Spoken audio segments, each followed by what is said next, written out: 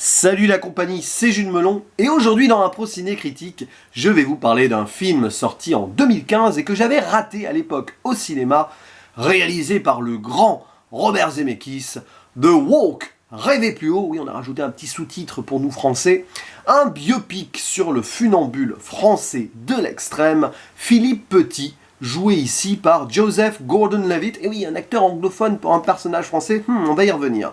À ses côtés, dans le casting, nous avons Ben Kingsley, Ben Schwartz, James Badge-Dale, ou encore deux acteurs français, tiens, Clément Sibony et Charlotte Lebon. Et ce film nous raconte l'histoire donc de Philippe Petit. C'est un véritable brûlot biographique en mode narration. Le personnage parle face caméra et nous déroule son histoire. On entend donc ses propos pendant tout le film et on voit donc ce qui s'est passé, de la construction de l'artiste avec ses rêves, ses ambitions et sa motivation soudaine de réaliser un exploit jamais fait auparavant, d'autant plus que les tours, elles étaient récemment construites, du coup, traversées sur un fil entre les deux tours jumelles du World Trade Center à New York.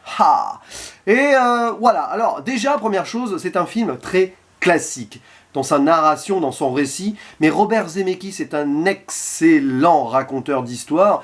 C'est un petit peu construit comme Forrest Gump, d'une certaine manière, avec cette narration du personnage principal. Donc ça fonctionne super bien, ça prend pas beaucoup de risques, je l'avoue, mais ça fonctionne. Et qu'est-ce que j'ai pensé du film? Et là je suis un peu embêté, parce que c'est exactement le style de film qu'il fallait du coup à l'époque aller voir au cinéma, ne serait-ce que pour la technique, parce qu'il y avait une profondeur de 3D apparemment totalement vertigineuse pour justement rendre compte du vide et de ces moments flippants où Philippe Petit marche sur le fil, etc. Et là, forcément, quand tu le rattrapes comme ça en version physique sur un écran qui n'a pas forcément la 3D, voilà, tu sens que tu perds quelque chose, même si tu vois la grande profondeur de champ. Zemeckis a beaucoup joué là-dessus. Sur le plan technique, ce film est remarquable. Sur le plan narratif, il est parfait. Mais j'ai pas ultimement accroché à l'histoire. Faut dire qu'en fait, c'est pas que ça m'intéresse pas, c'est intéressant de voir un personnage qui a des ambitions que par exemple ses parents ne comprennent pas, il est un petit peu à l'écart quand il est plus jeune, et puis d'un seul coup il rencontre son mentor, donc Papa Rudy, joué par Ben Kingsley, et là des nouvelles, on va dire, perspectives s'ouvrent à lui, il souffre pour mettre en branle un projet extraordinaire, donc il a besoin de complices qu'il rencontre, donc on a tout ça qui se monte par petit à petit. C'est un vrai build-up ce film, jusqu'à ce frisson extrême. Donc ouais, c'est super bien géré, mais tout simplement l'histoire ne m'a pas spécialement ultimement accroché, voilà, ça arrive, ce qui fait que c'est un très très bon film objectivement, mais c'est pas forcément le genre de métrage que je reverrai dans l'absolu avec priorité, vous voyez ce que je veux dire. Mais bon, tout est assez propre là-dedans, peut-être un peu trop parfois, mais Zemeckis, on aime son académisme narratif par exemple, d'autant plus qu'il aime tenter des choses sur le plan technique. Il l'a fait récemment cette année avec Bienvenue à Marwen, film totalement passé inaperçu. Et ce The Walk, Rêvez plus haut, lui aussi, je crois qu'il est resté à peine 2-3 semaines dans les salles. Ça a été une sorte de fiasco, du moins en France. Et ça résume un petit peu la seconde partie de carrière d'un réalisateur de génie qui, depuis, est un petit peu oublié, boudé par les spectateurs, mais aussi par les studios de production. C'est quand même le monsieur qui a réalisé Forrest Gump et la trilogie Retour vers le futur, pour ne citer que cela.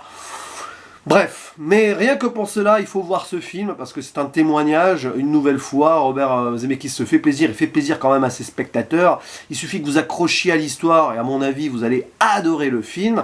Des thématiques très simples, donc, comme le rêve, forcément, rêver plus haut, rien que dans le titre français, on spoil un peu ce concept-là. Et l'abnégation, le gars, il lâche rien, pourtant il a des doutes, on sent qu'il est à deux doigts de péter un plomb, il a ses amis qui l'aident, et des moments assez rocambolesques sur le choix de ses complices. Parfois, on voit que c'est un petit peu narré, et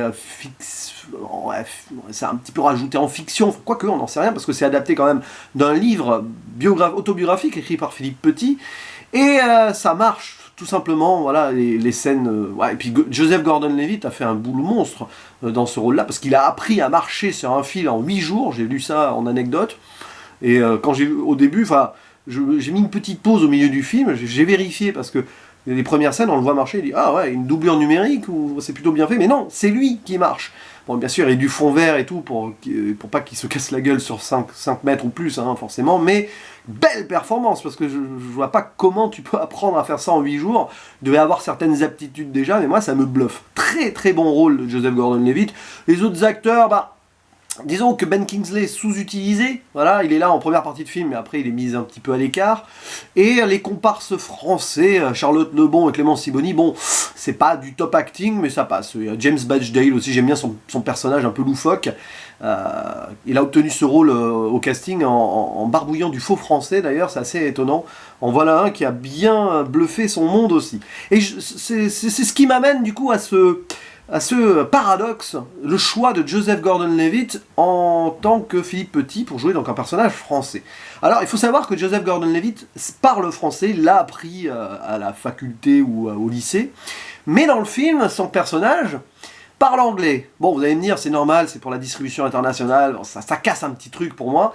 Alors, on accepte ça vite, sauf que les amis qu'il rencontre, donc, ses premiers complices, sa copine et son pote photographe, qui sont joués par des acteurs français, eux, dans le texte, dans le film, parlent français. C'est-à-dire qu'à des moments, on a des scènes où vous avez Philippe Petit, Joseph Gordon-Levitt qui parlent anglais avec un accent français, enfin c'est complètement improbable, et ces autres personnages qui parlent français.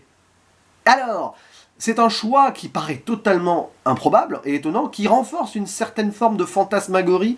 On est quand même dans un univers où c'est presque fantasmé, l'idée de marcher sur un fil entre les deux tours du World Trade Center, t'y crois pas, donc je pense qu'il a voulu mettre ça en place entre rêve et réalité au début du film, et le côté cirque, magie aussi qui baigne dans l'ambiance. Peut-être qu'il a voulu créer quelque chose de paradoxal ici, un paradoxe. Oui, bon, il a fait Retour vers le futur, donc voilà. Mais ouais, ça fait bizarre quand même. Et personnellement, bon, c'est un choix, c'est clairement un choix. Mais moi, je serais allé chercher un acteur français pour jouer Philippe Petit. Voilà. Mais c'est ce que j'aurais fait personnellement. Ça aurait été classique, logique. Peut-être que là, Robert Zemeckis a voulu aller au-delà de toute logique pour un film pourtant assez académique en soi. Ça, c'est bizarre. Puis bon, on s'amuse, quoi. L'élaboration du plan, comment pénétrer dans le World Trade Center malgré voilà, il y a plein de choses. C'est monté comme une sorte de casse. Il y a presque un côté film de casse à la Ocean's 11 à un moment pour on a des complices à droite à gauche et on va voir comment pénétrer et tout de nuit pour que quelques heures après, au lever du jour, on puisse établir cet exploit. Et puis il y a toute cette fin quand l'exploit est réalisé, je vais pas spoiler, mais c'est assez épique hein, quand même, hein, dans un sens. Je sais pas si tout est réaliste à 100%, mais ça marche bien, il faut l'avouer.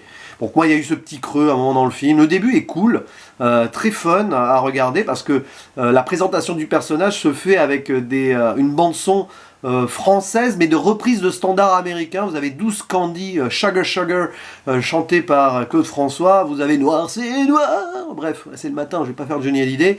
Et voilà, ça renforce le côté, tiens, un personnage français où il y a un acteur anglophone interprète, enfin je sais pas, il a voulu jouer là-dessus, Robert Zemeckis, on sent que c'est volontaire, mais bon, ça passe bien. Voilà, avec une petite BO jazzy et tout, j'ai pas vérifié qui était derrière la musique, je pense pas que ça soit Alan Silvestri pour le coup, et si, c'est Alan Silvestri, voilà. Aussi, si, j'ai reconnu certaines partitions classiques de lui quand même.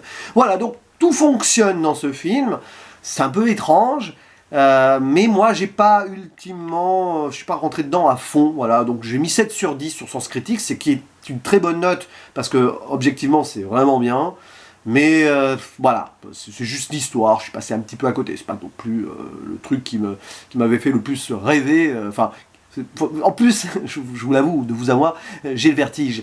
Mais j'ai pas eu peur, hein, mais enfin, j'aurais vu ça en 3D au cinéma, je sais pas si j'aurais pas ressenti ça. C'est peut-être mon regret du coup de pas l'avoir vu en salles obscures. Mais voilà, c'était mon avis sur The Walk, Rêver plus haut de Robert Zemeckis, qu'il fallait que je voie un jour, d'autant plus que je suis toujours dans ce petit rattrapage des films des années 2010. Voilà, vous l'avez compris. Je vous dis à la prochaine.